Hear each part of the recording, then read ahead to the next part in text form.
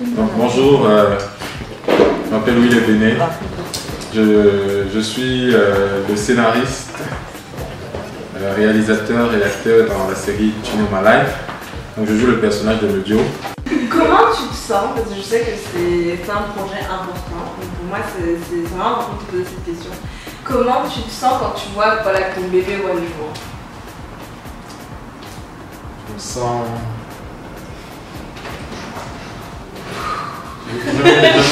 En fait, c'est très bizarre parce que quand c'était pas né, je me disais, j'ai toujours le stress. C'est le stress tout le temps. Je n'arrêtais pas de voilà, les nuits, machin. Et tu te dis, le jour où ça sort, c'est la libération. Ah, c'est la libération. Mais non, c'est pire en fait. Parce que maintenant que c'est parti, et tu vois que les gens l'ont reçu d'une certaine façon, il y a des demandes, il y a des machins. À la limite, tu cogites même encore plus. C'est un travail différent. Dans la première, avant que ça sorte, tu es beaucoup dans les fondations, quoi. Et une fois que c'est dehors, il faut élargir, regrouper tous les feedbacks des gens. C'est compliqué, mais je me sens bien parce que au moins, quand j'ai eu l'idée au départ, il y a plein de gens qui n'ont pas cru. J'ai fait des démarches, machin.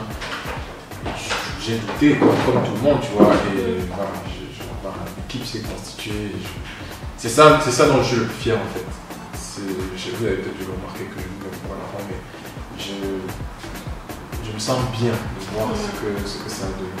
Et je vais dans le Et de manière un peu plus précise, quel est le message premier de ta série?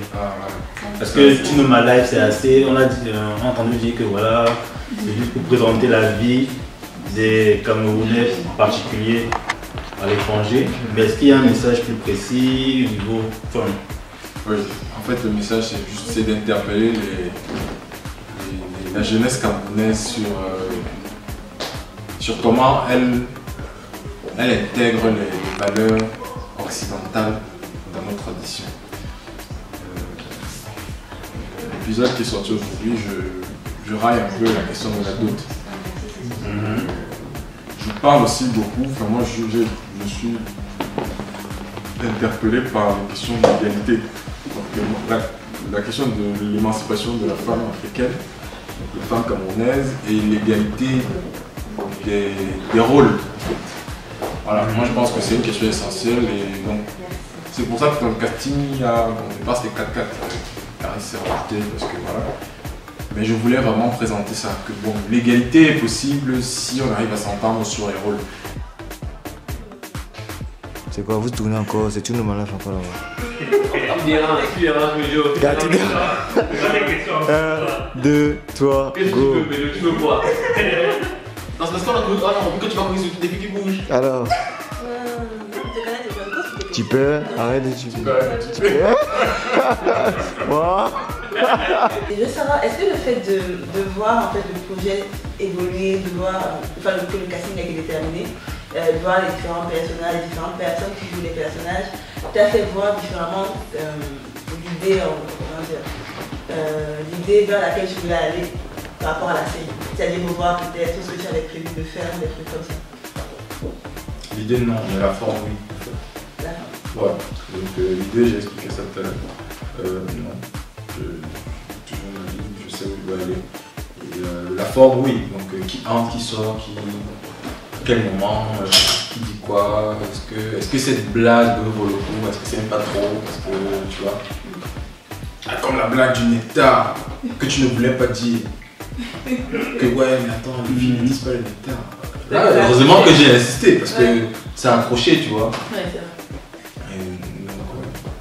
Oui, je revois parfois la forme et c'est chiant ça pour vous deux, quoi. Parce que justement toi tu me dis ouais mais toi tu es obligé de faire ce que tu veux et tout. Non, Mais toi tu es tout bien. Moi je sais où on va en fait, donc il faut juste faire confiance, on va arriver et puis bon, après à vos rythmes, mais on va y arriver et puis vous allez voir ça va. Quand tu écris, surtout les scènes de filles, qu'est-ce qui t'inspire? C'est trop réaliste en fait. Mais je crois qu'on a déjà eu cette conversation une fois, la première fois qu'on s'est vu. Bon, qu'est-ce qui m'inspire? ma life, on va dire, tout simplement. Mais tous les petits combos, ça là. C'est... J'ai beaucoup de sœurs. J'ai beaucoup d'amis filles. Non, tu fous dans la téléphone. Non, je ne fuis pas. En fait, on va dire que j'ai la chance que les filles arrivent facilement à se confier en moi en fait. Bonsoir, oui. Bonsoir. Ça va? Ça va et toi? Ça va, ça va.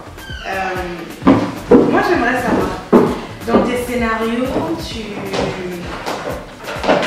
es très, très imaginatif, même si le scénario, je trouve qu'il reste très réaliste et très étonnant d'ailleurs. D'où ton intelligence, moi je trouve que tes textes sont très bien écrits. J'adore. Tu vas couper, je vais partir après avec Clarisse. Gars, je vois ça, mon frère. Finissez. Non, sincèrement, j'adore tes scénarios. Je trouve que tu es un large en fait. C'est que, en fait, bon, je vais dire un truc un peu fou, hein, parce que je suis fou, effectivement. Non, mais je le dis comme ça, comme des blagues, mais des fois c'est vraiment des urgences. C'est-à-dire que je suis dans le bus, il faut que ça sorte en fait. Quand j'écris mes scénarios, tu disais en blaguant, mais je me dédouble vraiment en fait. C'est fou comme. Non, mais sérieux. Non, mais c'est un truc. Lui qui me connaît depuis longtemps, ça fait quoi? Presque 6 ans maintenant, de lui. Mon délire West, c'est pas une blague. C'est pas une blague. J'ai des moments où vraiment je teins tout. Je teins la lumière. C'est bête, je vous raconte. Je teins la lumière. Je marche comme ça dans la maison. Pieds nus? Pas forcément. Sans caleçon. Tu chantes pas? Je ne chante pas. En fait, en général, c'est des trucs qui. Très fort, quoi, tu vois. Et soit je mets dans les oreilles, ça part très très très fort, et puis. Paf, je commence à parler tout seul. Quand on parle là-dessus, il faut que Malek soit en colère contre tel, ou il faut que tel soit en colère contre tel. Et je vais devenir les deux personnages. Je mets vraiment genre, je parle. L'autre répond, je parle, je réponds. Après, je m'arrête et je dis merde. Qu'est-ce qui se passe? Qu'est-ce qui se passe? C'est-à-dire, à un moment, j'ai un recul et je me dis, gars, si on te voit, vraiment. Il y a des moments, et c'est ce truc-là que moi j'appelle West. Ça part, quoi. Il s'arrête pas. Il est tac, tac, tac, tac, tac, tac, tac. Il est lancé. Il est lancé, il part. Il sort des trucs, j'arrête, je commence à écrire. Du coup, par rapport à cette expérience qui n'est pas finie, donc du coup c'est très intéressant de te poser cette question maintenant parce que tu es autant dehors que dedans, tu es autant dans le je construis que dans le je me projette. Par rapport à ce que tu vis pour l'instant, tu es en attente de quoi? Qu'est-ce qui pour l'instant manque? C'est une très bonne question. Qu'est-ce qui manque? Tout. En fait, je crois que ce que je cherche, c'est de me surprendre tout le temps. Ouais. C'est vraiment ça. C'est pour ça que je dis, j'arrivais pas à dire. C'est-à-dire que quand ça sort, T'es tu es là, tu dis waouh! Ouais. Et les gens disent ça. Et après, tu es là, tu dis, ça, j'aurais pu faire mieux. Ou voilà, et c'est toujours le truc de se dire l'idée, parce que moi je vois les commentaires des gens sur certaines phrases de script et tout. Quand les gens me disent, moi j'ai cette mémoire en fait, tu me rappelles un truc, je me vois où j'étais quand c'était. Donc si je me dis, waouh, j'étais en train de faire ça, et c'est venu comme ça bêtement, dans un bus ou machin, et cette phrase là, les gens sont dessus en fait. C'est ça quoi. Je ne me mets pas d'objectif, j'ai pas de limite, je veux tout le temps me surprendre. Et c'est pour ça que tu as du mal d'ailleurs à arrêter les épisodes, des gens qu'on prend un peu de 10 là maintenant. Voilà, on est déjà voilà. à 12. Et puis là, je suis déjà en train de travailler sur la saison 2, alors qu'on n'a pas fini de la saison 1. À travers la série, on est capable de voir c'est ton idée de la relation entre l'homme et la femme. C'est une idée que c'est une proposition, c'est une question que tu poses au public ou bien c'est ton idée que tu veux présenter au public? C'est une question que je pose. Après c'est un peu biaisé parce que forcément, vu que ça vient de moi, probablement que ce sera perçu comme... Il y aura un peu plus de ma prise de position dedans, on ne sait pas, mais le but c'est de poser la question en fait. Et c'est pour ça que dans le travail j'essaie de ne pas... par exemple, la question de la dispute du volet. Typiquement, c'est le Camer qui pense qu'il va chercher la peau camerounaise pour avoir elle doit être comme sa mère, elle doit tout faire, elle doit machin. Si tu regardes cette scène, et je te dis quelle est ma prise de position, je ne pense pas que tu peux savoir parce que j'ai donné la réplique. Chacun a donné une réplique raisonnable en fait, en prenant compte de chacun de sa situation. Ouais. Là où moi j'ai biaisé la chose, je peux le dire devant les caméras, c'est qu'avant que Prison n'arrive, j'ai fait exprès de montrer que Karim ne faisait rien.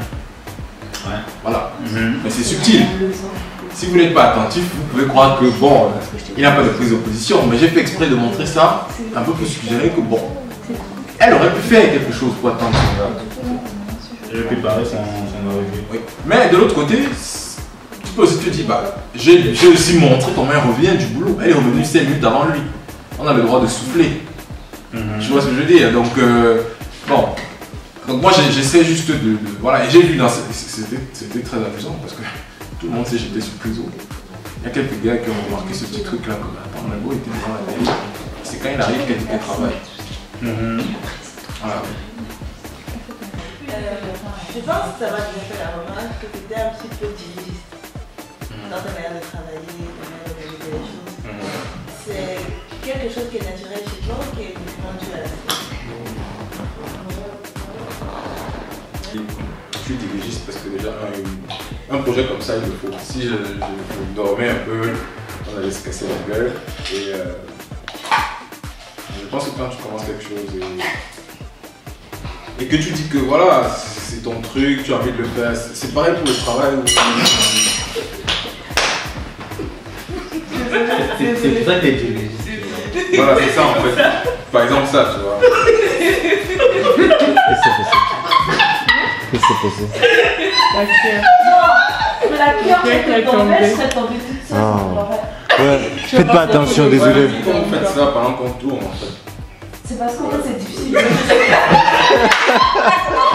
En fait, le premier épisode, tu as mis un verset biblique. D'accord. C'était pourquoi? J'ai eu l'impression que ça te touchait particulièrement. Ouais, j'en ai eu deux en fait. Dans le premier, c'était Corinthiens 3, qui disait en gros que je ne suis plus un enfant, voilà, je deviens un homme. Grâce à Dieu, je deviens un homme et donc je dois être capable d'assumer les responsabilités qui vont avec. Le deuxième, c'était de Job, qui disait que voilà, quand Job a été entre guillemets déshérité, il n'a jamais mal parlé de Dieu. Il a toujours gardé la confiance et c'est comme ça qu'il a été réhabilité, on va dire. Bah, par rapport à ma vie cette année, il était important que malgré cette difficulté, que je ne crache pas sur le nom de Dieu. Ok, la question est toute est est-ce que tu es célibataire? Le zoom, attends le zoom.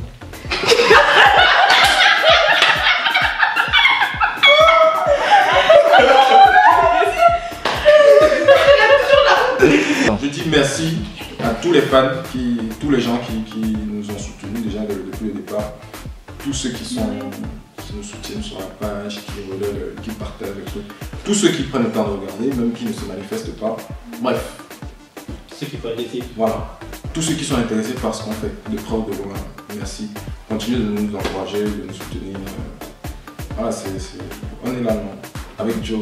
Et vous êtes nos meilleurs marketeurs. Là, c'est qui Joe? Ah, c'est quoi Joe? Tu vas regarder le zoom même. T'es chaud.